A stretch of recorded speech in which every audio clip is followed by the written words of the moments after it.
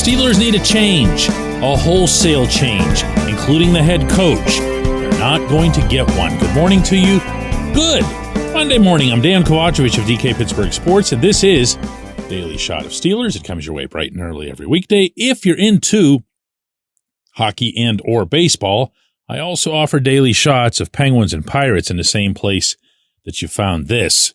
Imagine that your priority as the owner of the franchise, the day after a loss so embarrassing, so all-encompassing, that it has the whole sporting world laughing at various examples and statistics from within it, and you wake up the next morning and think, boy, I sure got to get ahead of these Mike Tomlin rumors. And in this case, I mean literally ahead, because there hadn't even been a chance for any good ones to get started. But the team, through various channels, including our company, DK Pittsburgh Sports, made known that Art Rooney, the only person who could fire Tomlin, will not, and that Tomlin will be back again as head coach. This was day one of the Steelers' offseason, and very clearly, it was priority one. Believe it or not, that's not even the part that I like least about this specific scenario, because you know what it actually says? You got a minute here? Because I'm going to share with you a digression here that goes way off the grid, but you're going to want to hear this, even though it's about baseball. Back in 2019, when the Pirates were just done with their 12th year under the same team president and general manager and all their various staff, the very, very, very unpopular owner of the Pirates, Bob Nutting, fired the manager, Clint Hurdle, but kept on the president, Frank Coonley, kept on the general manager, Neil Huntington, kept on everybody else. It was, as some of you in the city will recall, wildly unpopular. And I hated it too, and I made it known. Within a couple of weeks, I'd gotten word from the inside that there were continuing, it wasn't so much discussions or debates about the future of the team, but the word that came up was investigation. Now that sounds a lot more serious than anything related to sports should be, but it would turn out, once this all unfolded, that's exactly what it was. Nutting, who has many, many, many, many flaws as this very, very, very unpopular owner, and he has them to this day, turns out he was doing the right thing, and he was doing it the only way he could, by himself.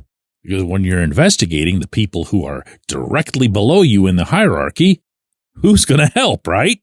So long story short, another month goes by, and the press release comes out that they were all fired. All of them. President, GM, assistant GM, and whoever hadn't been fired in that moment was surely going to get fired by whoever was going to replace all these people. And why did that happen?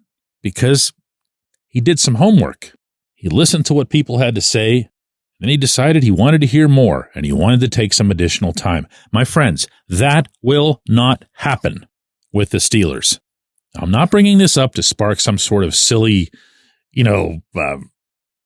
Rooney versus Nutting debate, who's the worst owner or whatever. That's not at all my point here. And I do hope that those of you who gloss over these episodes and just hear certain trigger words and freak out will recognize what I actually just shared there. It could have been anywhere. It could have been any team. It won't be the Steelers. Rooney made up his mind on the spot that there's nothing to see here as it relates to the way this head coach is running this operation. The same head coach who once allowed his offensive line room, his players, to de facto fire their own coach in season and tell him to sit in the back of the room while Marquise Pouncey conducted the sessions for the remainder of the year. That's how low their respect was for this guy. And yet he wasn't actually fired until after the final day of the season, meaning this positional coach. What head coach anywhere permits such a thing, even if the players are right? What prompted the head coach to allow it? What did it say about the broader culture? What did it say that Tomlin had a wide receivers coach, the man before the current one, that he didn't trust at all with his own room, and as a result, he added Allen Robinson, veteran, to that group with the pointed and laid out directive that he should be the one handling the discipline with those guys because the coach couldn't be trusted to do that. This is what happens when you uncover real stuff, when you're really interested in the root causes of your team's repeated failures. There is a reason this keeps bombing year after year after year. There is a reason that the storylines seem so strikingly similar. But Rooney decided instantly, without lifting a blessed pinky finger, that it's not in the best interest of the Pittsburgh Steelers to even find out. Again here, you can't do that by asking the people who'd conceivably be in trouble.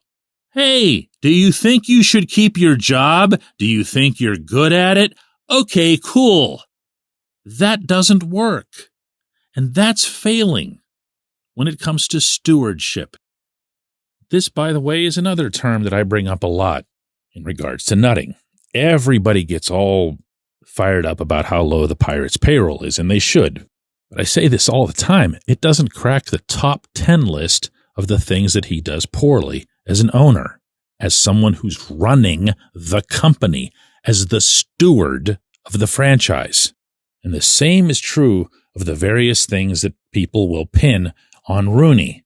They'll come up with all kinds of narratives. The most common one I see now is that he's cheap, and that's why they don't get good coordinators, even though Arthur Smith just got market-level money to come and be the OC here in Pittsburgh. That stuff's actually not true. The stuff that is true is way more damning. It's just a little bit of extra work to hear about it, to learn about it, to absorb it, and to react to it. And that's not really all that convenient in today's media process. Everything has to be real quick, real punchy, real narrative-based, reality show stuff. And this isn't. This is boring. This is an owner who does not want to see what's hiding under the bed. And as such, his offseason, Art Rooney's offseason, already grades an F-. When we come back, J1Q. Luxembourg, Garbett, Kelly & George is a personal injury law firm in Western Pennsylvania that represents injured people in automobile accidents, workers' compensation cases, and medical malpractice claims. The attorneys at Luxembourg, Garbett, Kelly & George pride themselves in doing what they say they're going to do. It's important to them that when they make you a promise, they keep that promise. And this law firm has been keeping promises for over 80 years. Luxembourg, Garbett, Kelly & George has been AV rated. That's the highest rating a law firm can receive for legal ability and ethics. And the lawyers at the firm have been designated super lawyers, that's a real thing, for over 15 years. Rare combination there. Luxembourg, Garbett, Kelly & George has offices in Cranberry, Newcastle, Beaver Falls, Butler, and Elwood City. Learn more about them at lgkg.com or by calling 888-842-5454. Again, that's 888-842-5454.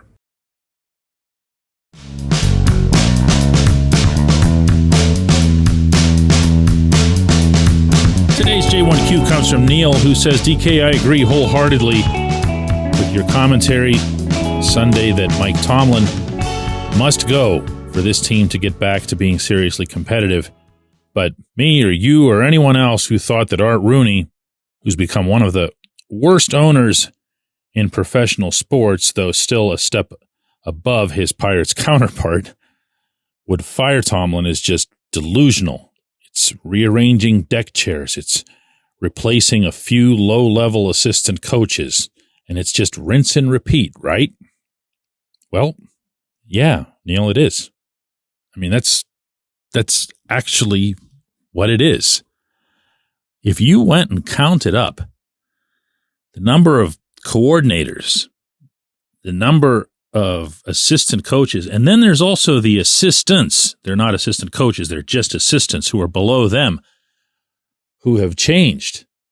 It's constant.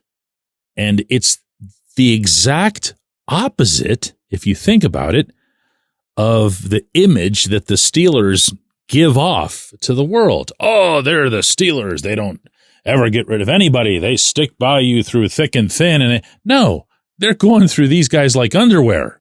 And the reason that they're going through all of these people is that the head coach doesn't have it all together. Those couple of stories that I shared in the opening segment, those aren't new. Those are things that I've put out either to my listeners or readers over the course of several years. I've got a million of them. I've got some involving just things from the past year and a half. And a lot of those they're similar to those stories in the sense that they involve coaches or assistant coaches or assistants where things are just really, really loose in those settings. So here again, I come back to what's perception versus reality. The perception among Tomlin's critics is that he fails to discipline his players, and that's why they commit penalties or, in a couple of cases, make buffoons of themselves. That's actually not true. He's tough on those guys. What he doesn't have in place is a system where the systems themselves are vigorously instilled into the players. It's technical stuff. It's, ready for the word again? Communication stuff that's still getting talked about in week 18. So what happens? Tomlin wants all of this stuff to just work. It doesn't work. And at season's end, that person's gone. Well, you can do that into infinity, or you can correct what it is that's actually in place. Because if you wait for a Mike Munchak type to come along, a guy who was a head coach and who was incredibly skilled not only at instructing his offensive linemen, but also at making sure they were doing the right thing no matter who they were, and never would have allowed Marquise Pouncey to just tell him to go sit down, then in that world, everything's okay with Tomlin. People asked me for years why Tomlin stuck by Matt Canada. The answer, as I kept saying, was that Canada was nails tough, wouldn't take any crap from anybody. Tomlin loved that because he didn't have to deal with it then. Now, Canada couldn't script his way out of a coloring book, but he could at least do that. These are things that if you're the chairman of the board and the owner of the franchise, if you got your fingernails a little bit dirty, you'd find all this stuff out and probably a zillion other things. Infinitely more than an outsider like me could ever know. I appreciate the question. I'm not even sure I answered it. I'm just in that kind of mood today. I appreciate everybody listening to Daily Shot of Steelers. We will do another one of these tomorrow.